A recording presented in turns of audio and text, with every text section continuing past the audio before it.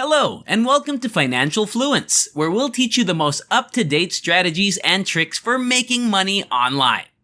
Don't forget to subscribe to the channel, hit the like button, and turn on the notification bell to be notified every time a new video is uploaded. Also, don't forget to leave a comment down below. Most people are losing money because of inflation, but some people are making money because every problem can be turned into a chance. Is there any way to make money off of this inflation? The answer is simple. Yes! So let's look at the different ways that rich people are making millions off of this inflation. Number 1. Hold real assets. Most people don't realize that currency is just like any other commodity on the market, with a price that is set by demand and supply, among other things. Imagine a hypothetical situation in which there are $10 in the whole economy and 10 houses. In this made-up example, the price of a single house is $1. But if we put an extra $10 into this market, there will be $20, but there will still be 10 houses. This will raise the prices of the houses so that each one will cost $2. That makes inflation easy to understand. When the economy was about to fall apart last year, the Fed decided to pump trillions of dollars into the economy to stop a depression. They did this by giving out stimulus checks and buying corporate bonds. 22% of the US dollars that are in circulation right now were made in 2020. If you know the basics of economics, you know that inflation is coming.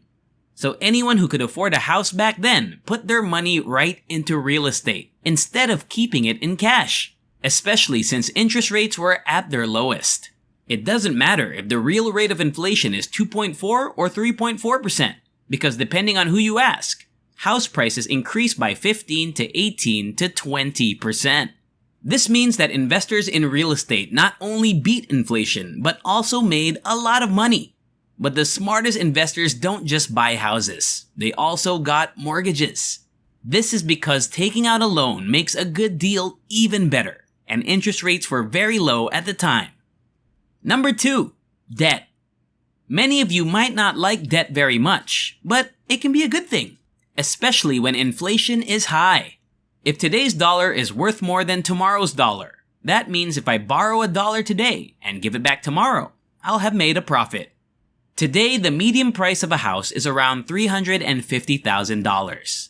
20 years ago, it was less than half that, at around $150,000. Because the real value of the dollar goes down every year, a dollar that was worth $150,000 20 years ago is now worth $350,000. So when the Fed lowered interest rates and started buying corporate bonds, guess who started borrowing all that money?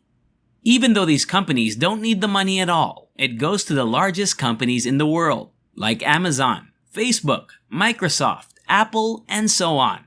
Apple has a pile of cash that is worth more than $200 billion. But they still borrowed money because why use your own money when you can invest it in the S&P 500 and earn at least 10% while borrowing at 1%?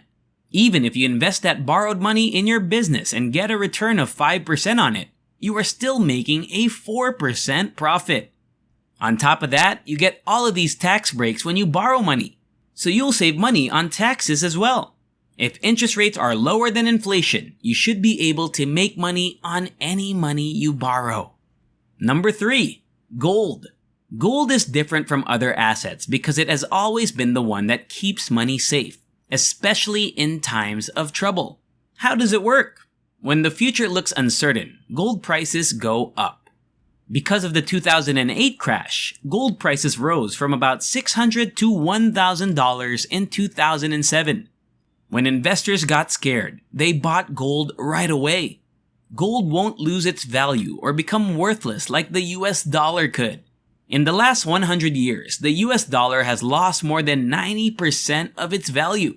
But gold has kept its value since the beginning of civilization. In 2010, investors again got scared and started buying gold so quickly that the price of gold hit a record high of $1,900. Since then though, the economy has gotten better and the gold bubble has burst. When it looks like the economy is going to grow, investors usually don't buy gold. Instead, they put their money into stocks and other assets. Because of this, gold prices tend to go down when things are stable and can be planned for. But in 2019, when the US started a trade war with China, gold prices started going up again, and the pandemic made it worse. The price of gold went over $2,000 for the first time. If you look at history, you'll see that gold has always been a great way to profit from inflation. In 1973, $1 was a lot of money, but now it barely buys you candy. On the other hand, the price of gold has gone from around $100 in 1973 to $1,800 today. I wasn't sure if this should be on the list, but I had to talk about it because a lot of people have made money from inflation by buying crypto, which is very risky.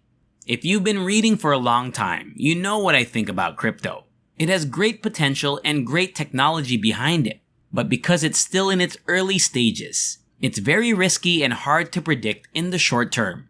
As we've talked about before, the Fed's decision to print trillions of dollars is one reason why Bitcoin's price has gone up so much in the last year. When investors bought stocks and houses, they thought, Bitcoin is like digital gold, so let's buy it too. A lot of people who didn't care about Bitcoin before the pandemic don't remember that its price was only around $8,000.